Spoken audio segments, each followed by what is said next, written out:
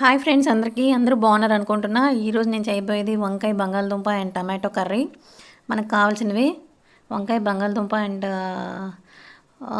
ఉప్పు, పసుపు, masala, oil.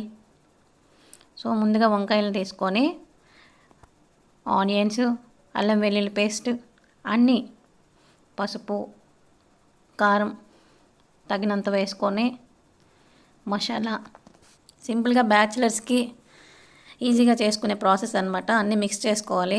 Salt కూడా అండ్ ఇంకా ఆయిల్ కూడా యాడ్ చేసుకొని, ఇది చాలా సింపుల్ ప్రాసెస్ అండి. జస్ట్ అలా అలా అలా మిక్స్ చేసుకొని గ్యాస్ పైన పెట్టేయడమే. ఇంకా పెట్టేశాక మధ్యలో ఒకసారి అలా అలా కలుపుకుంటా మళ్ళీ లిడ్ క్లోజ్ చేయాలి.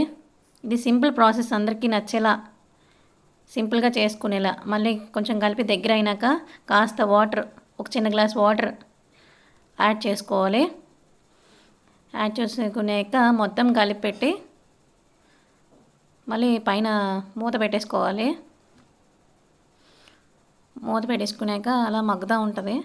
సో మధ్యలో గ్యాప్ ఇచ్చి అందులో కర్రీ మధ్యలో టమాటోస్ యాడ్ చేసి చుట్టూ కర్రీ కాస్త మూసేయాలన్నమాట. అప్పుడు బాగా టమాటాలు బాగా ఉడుకుతాయి. కప్పు పెట్టేయాలి. సో చూస్తే టమాటాలు చూసారా ఎలా బాయిల్ అయినాయో, మెత్తగా అయిపోతాయి అన్నమాట.